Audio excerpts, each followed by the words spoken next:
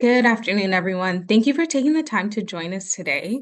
My name is Shima El Khalil, and I'm a student information specialist here at McMaster Continuing Education. Today, I will be speaking to our health and social services programs in our online information session.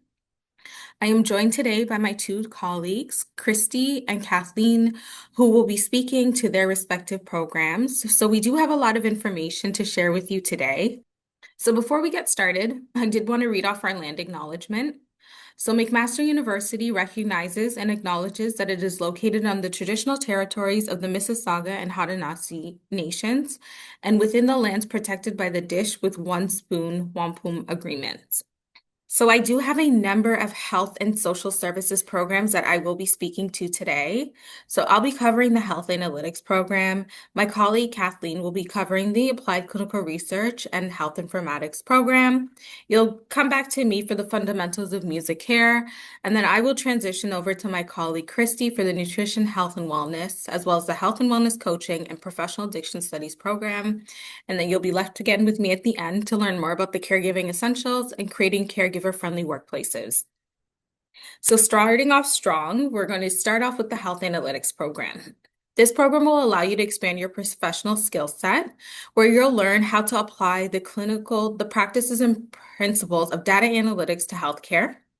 You'll learn how to collect, analyze, and report using health data in common statistical, programming, and software tools. You'll also be equipped with the information needed on how to assess health data in the healthcare system by key decision makers, quality and risk managers, as well as the application of big data and machine learning practices for health data analysis. Our health analytics program allows students to complete their study in one stream through the Certificate of Completion in Health Analytics.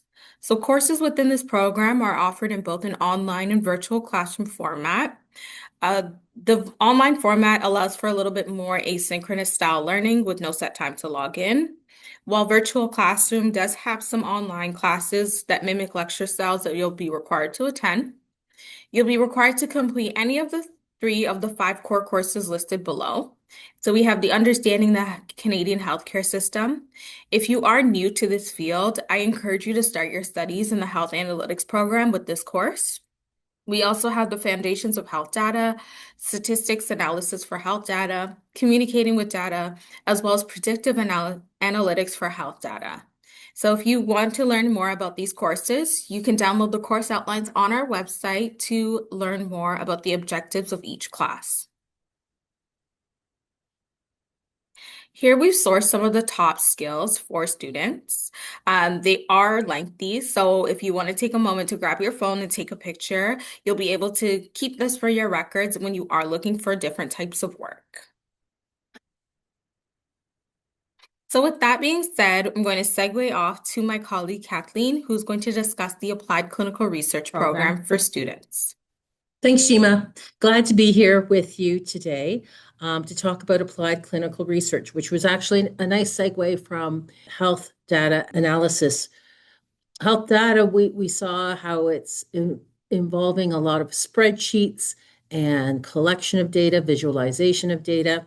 Now think about applied clinical research as being the person who's perhaps talking to people on the front lines about what their particular story is, what's bringing them into a clinical research space, being the one who's, yes, organizing the data and then suggesting recommendations for future stakeholders. We look at good clinical practice, legal and regulatory issues. We talk about how to conduct a proper study on site. We talk about ethical issues when it comes to clinical research and how to effectively communicate with both the public who you may be interfacing with and the stakeholders back at the hospital or at the medical center that are looking to use the information. We also have leadership and project management in this program. There is a capstone course that allows you to pull together all of these skills. So it's 5 online courses. So some of the courses have a prerequisite to them. So you will most likely be taking one course at a time. So it says a 3-year period to complete the program. Don't let that scare you off. It's not quite 3 calendar years, but it is definitely 5 semesters for you to take that. So just wanted to let you know. There are opportunities for you to double up and take some courses together, like the first course and the ethics course. But being as that's your first course, you probably want to give that the breathing space you need to get back into your studies if you've been away from your studies for a while. Next. So I talked about the capstone project. We've had a lot of students successfully use the capstone project as a discussion tool for their interviews when they go out into breaking into the field of clinical research, or they're looking to move up into the field of clinical research. Yeah, and there we have a testament by one of our graduates.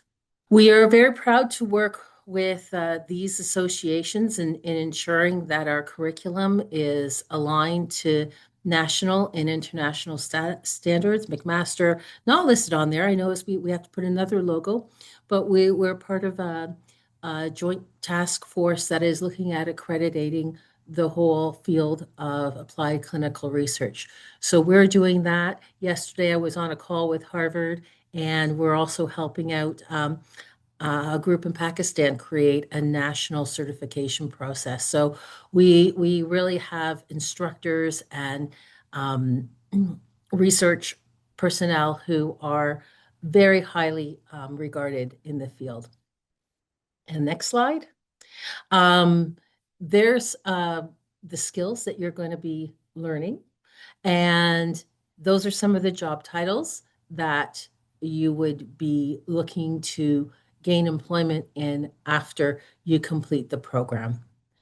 So it's a growing industry ever since COVID. People are a lot more aware of our need to do really good and sound clinical research studies. So if you want to be part of that process, be it, interviewing people with, how does their new diabetes um, technology working for them? How is that new drug that they're taking working for them? If you want to be in any part of the process, this is a good place for you to be taking this program. And the other program I get to talk about too, because I'm also the program manager for health informatics, is this program. You can read about the program on the slide, but essentially, you know, it, I was told health informatics is like a stool with 3 legs. One of them being people come from a clinical healthcare background, or they may come from an IT background, have been in tech for a while, or they might have really good project management experience and they're looking to apply that in the health informatics sector. So if you have one of those 3 specialties in your in your backpack of practice, you're already ahead of the game. If this is something you want to start from the ground up, there's lots of growth in this area that we'll see in the upcoming slides. There are 8 core courses in the health informatics program, and you can choose an elective out of 3 course options.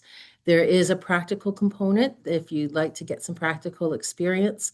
We can have more discussion about that, or you can do everything course-based. It does have a cohort schedule, and we are we have 4 days, 4 days to apply for the program now. So if you are interested in this program, please reach out to us today. Even if you don't have the whole application, ready to go, let us know that it's your intent to submit by the 15th. That's when the application closes for this program. Here are the skills you're going to be learning about in the program. And there's a variety of job titles that you may be eligible for once you graduate the program. Again, a lot of it depends on what type of background are you coming in with, where you're going to be starting on this ladder of job titles. I will take it from here to talk about our new programs. Where Where you you can can discover the discover. power of music in care settings. So, what you can learn within this program is how to understand the purpose and impact of music care within evolving health and care environments. You'll be able to recognize music care as an approach, including key musical fundamentals and sensitivity to sound in care spaces. You'll be able to apply practical music care strategies, including planning a real-world proposal in a care setting, as well as build confidence using music for wellness, self-care, and as a voice of instrument of support.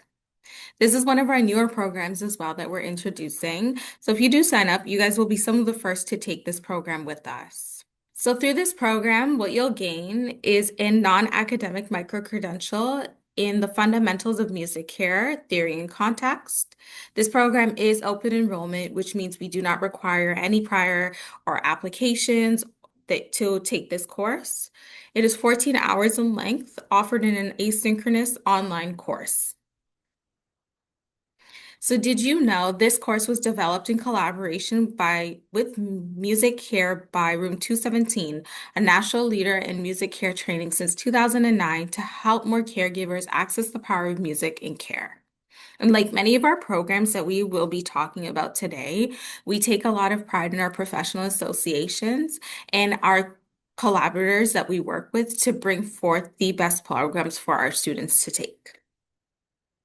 So with here, I'm going to transition over to my colleague, Christy, who's going to talk about the Nutrition Wellness Program. Hi, everyone. Nice to see you all today. My name is Christy McGackran, and I'm a program manager at McMaster Continuing Education, and I have several of the health and social service programs in my portfolio. I'm going to start today speaking about our Nutrition, Health, and Wellness program. And the Nutrition, Health, and Wellness program focuses on how nutrition relates to a healthy lifestyle, and it provides a foundational education in nutrition, healthy living, and wellness. So the nutrition field is a spectrum, and this program views the topic of nutrition from a nutritional science lens, from evidence-based information. Key topics include how nutrients work and why we need them, how our needs change across the life cycle, how other aspects of our lives are affected by nutrition, and factors to consider when developing health and wellness programming. This is an academic program, and completion of any 3 of the 5 available courses earns a certificate of professional learning. Each course is 10 weeks in length, and the class moves through the weekly modules as a group with assigned deadlines. Students engage with each other through discussion forums and several live Zoom sessions that are scheduled throughout the term. The live sessions are optional but highly recommended. They are recorded and posted afterwards. Some students choose to combine this program with previous education or work experience to enhance an existing background, but we also see it being taken out of personal interest and personal development. This program is open enrollment. There's no application required. The focus of the Health and Wellness Coaching Program, which I'm going to talk about next, is to provide a comprehensive education in the knowledge, skills, and practical experience required to enter the rapidly growing field of health and wellness coaching. A health and wellness coach works with clients to motivate them to make changes to their lifestyle and habits for lasting benefits. They work with the clients to give them the tools to make the changes themselves. Some of the key elements of the program are to understand the boundaries of a coach as it relates to the health services continuum. There are important distinctions between coach, counselor, and therapist. To use an evidence-based knowledge filter to view the vast health and wellness information that exists. To learn practical skills and techniques for working with clients, to provide a formalized program for those seeking to make health and wellness coaching a career choice. This program is approved by the Health Coach Alliance for the Registered Health Coach designation, and we'll talk more about that shortly. So this is also an academic program, and students complete 8 courses. Each course is 10 weeks in length, and the class moves through the weekly modules as a group with assigned deadlines. Once again, students engage with each other through discussion forums and several live Zoom sessions that are scheduled throughout the term. The program is a good choice for professionals who are already working in the health and wellness field but are looking for formalized education, or students who are just entering the field, or even professionals who are working in a related field who are looking to shift their focus or add a new skill set. Examples include nutritionists, community and social service workers, wellness practitioners, fitness instructors, mindfulness instructors, and staff in corporate health and wellness departments. The program is open enrollment. There is no application required. You would take 8 courses from the list of 9. The first 7 courses listed here are all required courses. You would then choose one elective from either Wellness in the Workplace or Business Foundations. Please note that some of these courses do need to be taken in a specific order. For example, Nutrition Fundamentals is a prerequisite for nutrition, fitness, and healthy living. This is listed in the course descriptions on our website, so please review them carefully. Some of these courses, such as the Nutrition Fundamentals and Wellness in the Workplace, are cross-listed with some of the other programs that we offer, and this gives an opportunity to learn from instructors with a variety of backgrounds and specializations. It's important to know that the health and wellness coaching field is not regulated. This program has been introduced to help provide professional training for those who may already be working as a coach, those who may be in related fields who want to gain a credential to enter the field, or those who are entering it fresh. We're pleased to be approved by the Health Coach Alliance for the Registered Health Coach designation. And although it's not mandatory to have this designation to work as a health coach, it is an excellent designation to add to your professional portfolio, and it will help you stand out in this unregulated field. The course requirements are the same, whether you're pursuing the RHC designation or not. The difference is that if you're interested in pursuing the RHC designation, then once you finish the diploma, you will also write a final test with us at Continuing Education. After passing the test, you are automatically eligible to apply for the Registered Health Coach designation through the Health Coach Alliance. Health and wellness coaches serve in the continuum of health services by empowering individuals to shift their mindsets, habits, and behaviors to make informed and lasting lifestyle changes. Some of the groups of professionals who also work on this continuum and with whom you may interact include nutritionists and dietitians, social workers, psychologists, occupational therapists, wellness practitioners, functional medicine practitioners, registered nurses, fitness professionals, meditation mindfulness teachers, and corporate health and wellness. All right, let's switch over now to our Professional Addiction Studies program. This program has been designed to meet the learning needs of individuals for the field of addictions. It also serves as professional development for those who are trained in related fields such as mental health, counseling, law enforcement, nursing, social work, child and family services. The courses approach topics from both a theoretical framework and an applied perspective. The focus throughout is how to work with people with addictions of various types.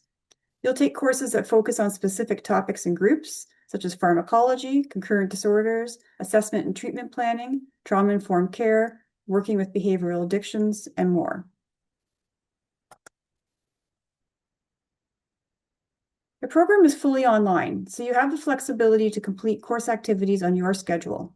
You do not need to log in on a specific day or time for the weekly content. It is asynchronous. And although we encourage you to attend the live Zoom sessions that are scheduled in certain weeks, they are not mandatory and they will be recorded. You can choose from either a certificate or a diploma. These programs are academic credit. This program does have an optional field experience course. This is not a required course for the program. Students without prior employment in addiction work may wish to consider gaining this hands-on exposure to the field. It's an opportunity to observe and practice a wide range of skills presented in the academic courses. Please visit our website for details. This is an application-based program. There are certain prerequisites required for eligibility: undergraduate degree in a related field or a 3-year college diploma in a related field. Relevant fields of study include psychology, social work, health, social sciences, public health, community social services, child and youth studies. Or the alternative prerequisite would be a minimum of 2 years of full-time supervised experience of relevant professional experience in fields such as addiction, mental health, social and community services, nursing, law enforcement, first responders. Please visit our website for details on the application process, and please note that the deadline to apply for the winter term is January 5th.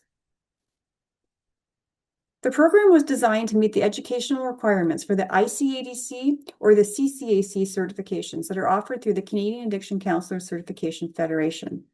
The Diploma in Professional Addiction Studies is pre-approved by the CACCF, meaning it meets the core educational requirements towards these certifications. Please note that the educational component is one of the requirements towards certification. Visit their website for the full requirements. The certificate in professional addiction studies can be used on a course-by-course basis towards the ICDC or CCAC certifications. And for students, counselors in training, or new grads who are working towards completing their other certifications, you can choose their entry-level certificate, the Associate Addiction Counselor.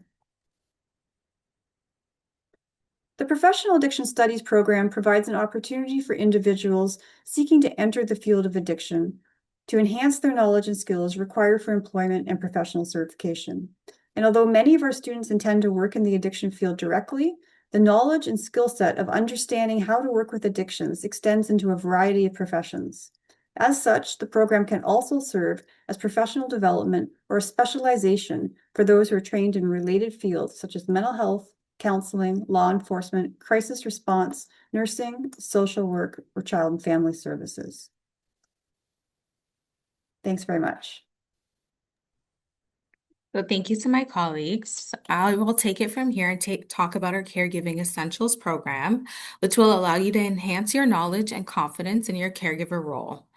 So what you'll learn through this program is how to adopt the caregiver role, including legal and financial information, the health and social conditions relevant to your caregiving setting, as well as optimal aging practices for the older adults in your care.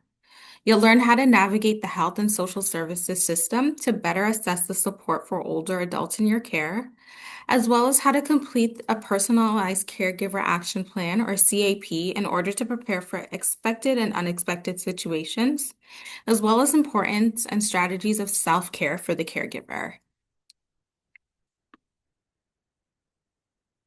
So with this program, you'll earn your micro-credential in the Caregiving Essentials through a free, self-paced online, not-for-credit program.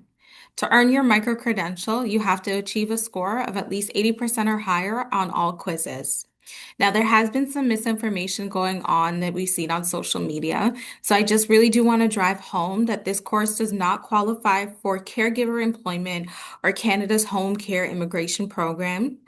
Any claims suggesting otherwise are false or misleading. So with the creating caregiver-friendly workplaces, you'll learn how to build, implement, and maintain care-friendly workplaces. So this program will allow you to learn how to recognize and identify the support needed by care employees in your workplace, as well as describe the key elements of the CSA B70117 Care Inclusive and Accommodating Organization Standards, as well as how to determine appropriate accommodations for care employees in your workplace and implement an effective communication strategy. Finally, you'll evaluate the impact of your care-friendly workplace and implementation plan and revise as needed. Similar to our Caregiver Essentials program, you'll earn a micro-credential in creating caregiver-friendly workplaces through convenient, flexible online learning with practical real-world applications. You will also learn from resources provided by the Human Resources, Occupational Health, and Safety caregiving experts. And like the Caregiving Essentials, to earn your micro-credential, you need to score at least 80% on your final quiz.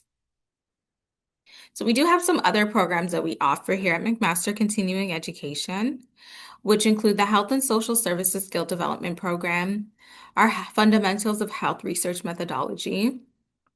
We offer a Microsoft Excel Analyzing and Visualizing Data program, which is a great program for you to take regardless of what field it is that you're in. Excel is just one of those hard skills that you'll likely need to take from job to job, and especially used within the field of health. So if you are interested, I would encourage you to consider our Microsoft Excel program. Privacy management is also another huge skill to have within the field of health, as you will be working with confidential information and data. Our Mindfulness in Modern Society program is great, as again, you can apply this program to any industry that you are in. And we also do have our Ed2Go and You Got class partners that we work with.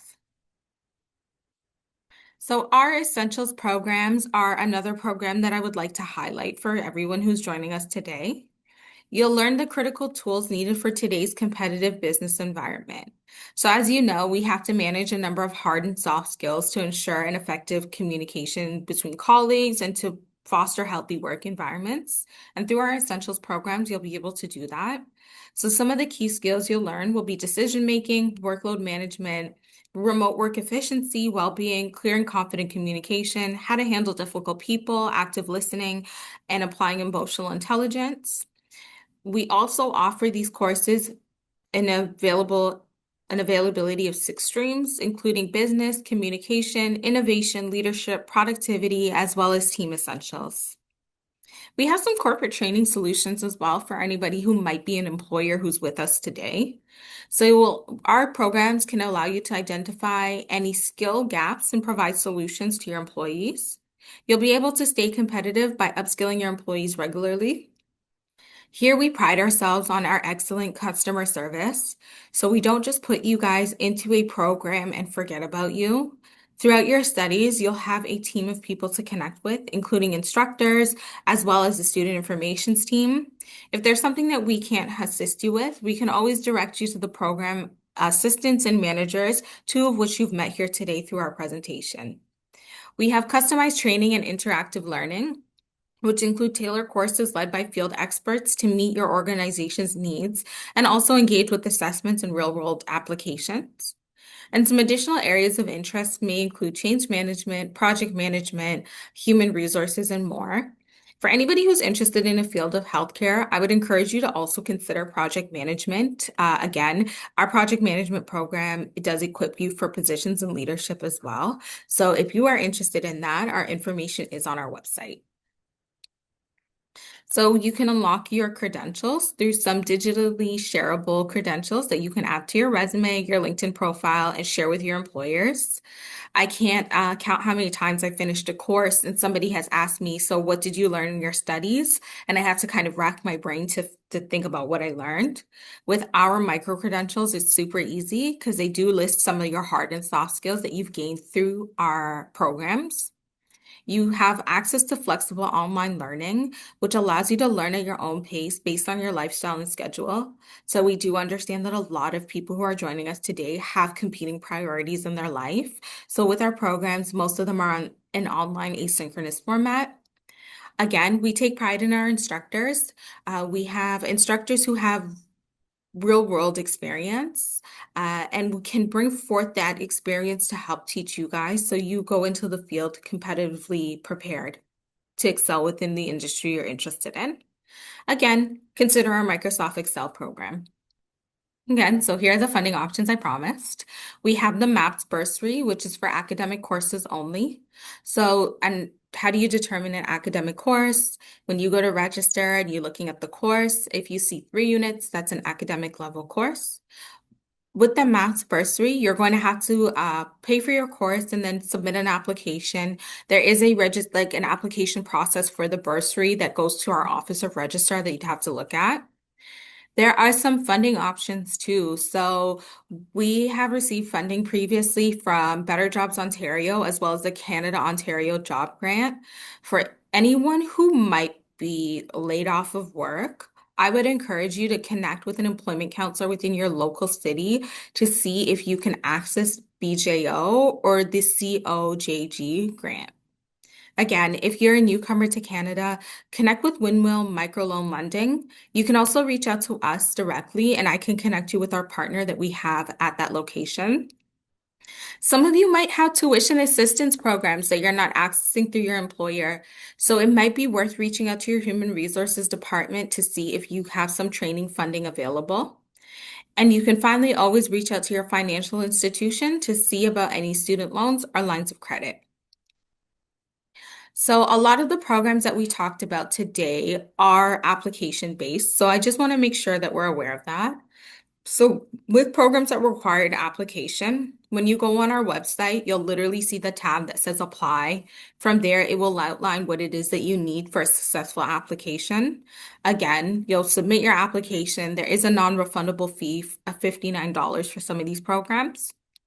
But some of our other programs that we talked about today are open enrollment. So to take a lot of our courses here that are open enrollment, you'll just need an Ontario Secondary School Diploma or equivalent. This can be a secondary school diploma from another province or another country. Deemed a mature student, deemed an exceptional case. And I just want to hit home that we do not require your English language proficiency requirement if English is not your first language. However, on some of the applications for the applied and or closed programs, you might need to indicate your proficiency on there. So it would be good to have that information handy. So here are some frequently asked questions that we do receive. So the most common ones we've tallied here. So how do I begin my course is a really good question. Once you enroll in your courses, 24 hours after you enroll, you're going to receive instructions on how to activate your Mac ID credentials. So your Mac ID is basically your unique identifier that allows you to enter the student management system called Mosaic, as well as the learning platform called Avenue to Learn. So if you don't receive that information, reach out to us and we can send you instructions on how to activate it. Your courses are hosted in Avenue to Learn, and the courses will appear about 24 hours before the anticipated course start date. So again, how do I apply and enroll?